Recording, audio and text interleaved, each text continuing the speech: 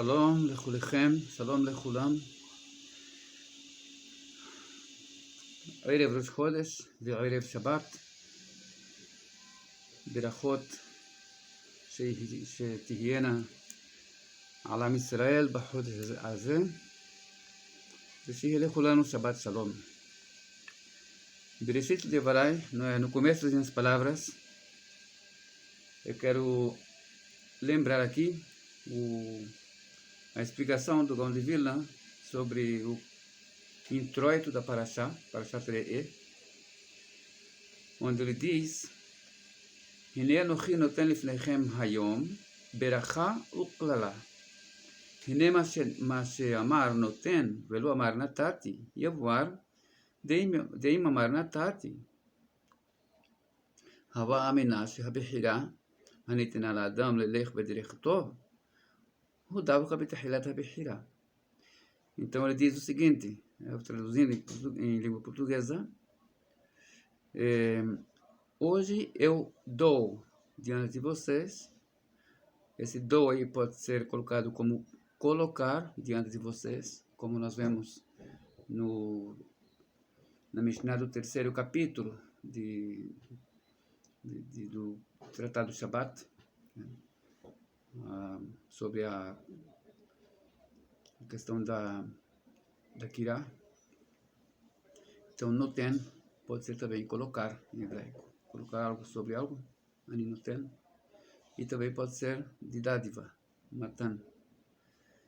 E nesse caso aqui, o que eu quero ressaltar é que ele coloca que se fosse em linguagem passada, se fosse natati, seria que ele deu simplesmente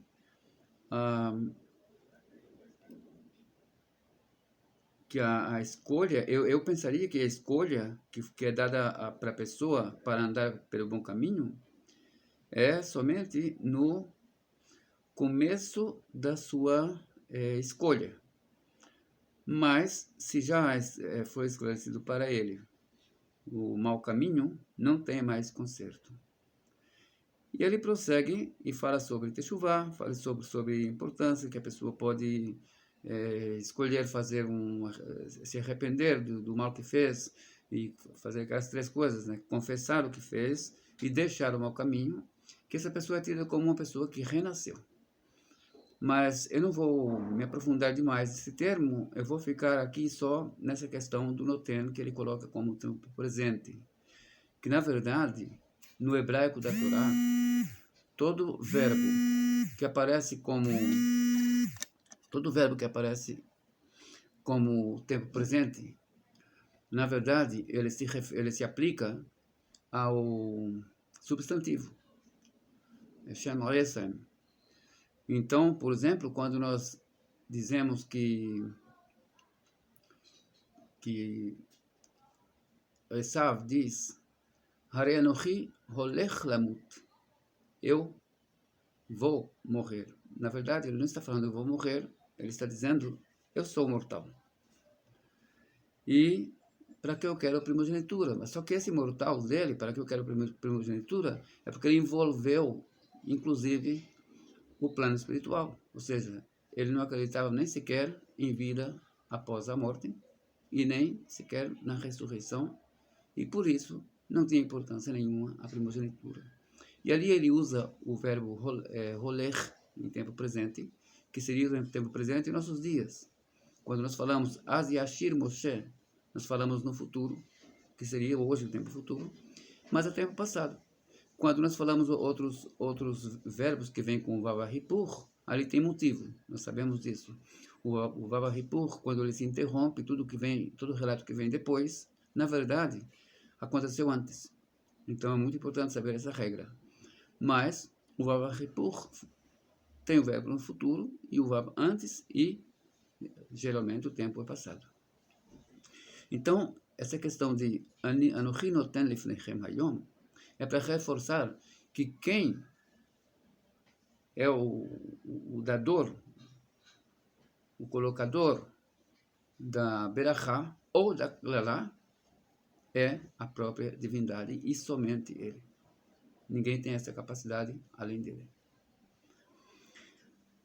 Eu apenas abri aqui um parênteses para colocar a minha explicação sobre isso e abordar o tema da Teshuvah, que realmente nisso tem toda a razão, só que ela tem esses 3 parâmetros. A pessoa faz a Teshuvah, se arrepende, a pessoa confessa, tem que confessar o que fez. Deus sabe, mas você tem que confessar, é um mandamento. E, em seguida, você abandona totalmente o mau caminho. Se fosse época onde nós teríamos sacrifícios, depende do caso, seria possível, depende do caso, né? Nós teríamos que trazer um korban. Mas nós temos aqui uma segunda parte dessa parashá, que é muito importante abordar. Et kol hadabar asher Elohim mesaveh etchem oto tishmeru la'asot. Tudo aquilo que eu ordeno a vocês, novamente, o verbo em tempo presente, é o que vocês devem cuidar em cumprir. Lo tosef alav, velo tigra mimeno. Então, na verdade, aqui está falando tudo aquilo que eu sou o ordenador, né? Como eu falei antes, toda vez que aparecer o verbo no presente, é esse o sentido, que ele é o ordenador. Então, esse mesmo caso aqui, nós lembramos que quando Moshe Rabbeinu traz esse verso, é a maior prova da Torá Shebe'al Peh, para as pessoas que questionam, né? Por quê? Porque aquilo que eu sou ordenador, subentende-se ordenador oral, não aquilo que está escrito. E ele prossegue e diz, não aumentareis, não acrescentareis sobre isto, e nem diminuireis dele. E é difícil entender isso, porque já foi dito na Parashá Va'et Hanan, não aumentem e nem diminuam. E nós temos que entender, temos que dizer que lá a intenção é para que a pessoa não aumente mandamentos novos sobre as 613 mandamentos, sobre os 613 mandamentos. E aqui, porque essa repetição é para que a pessoa entenda que isso também recai sobre os mandamentos em si também, não somente sobre os 613, mas sobre cada um deles. Por exemplo,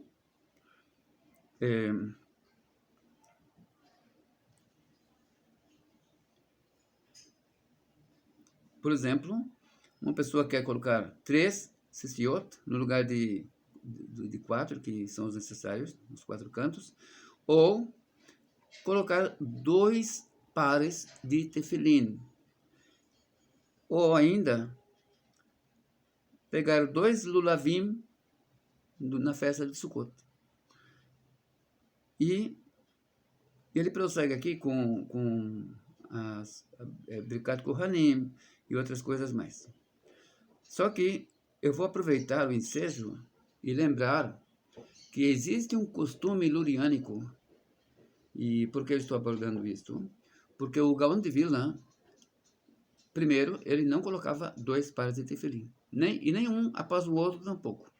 E ele dizia, porque se eu for colocar, eu vou ter que colocar 54 ou 64, não me lembro exatamente o número que ele citou, mas ele disse que as discussões são tantas que seria uma quantidade dessa.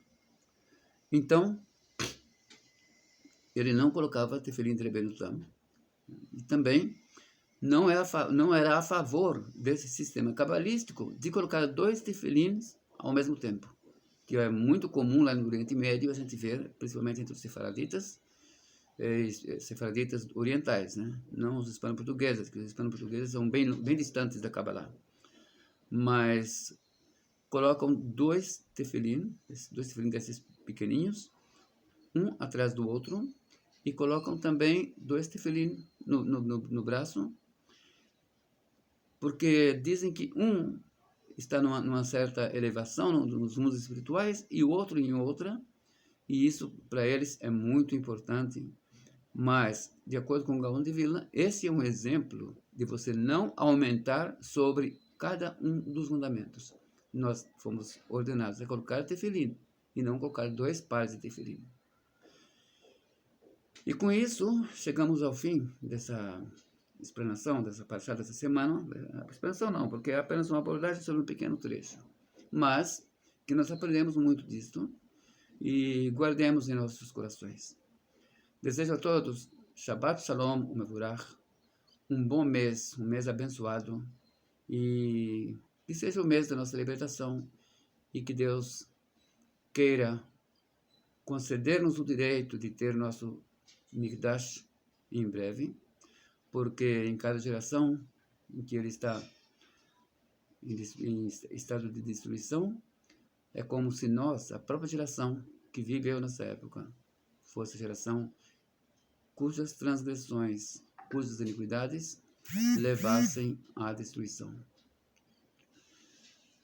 Shabbat Shalom Umevurach.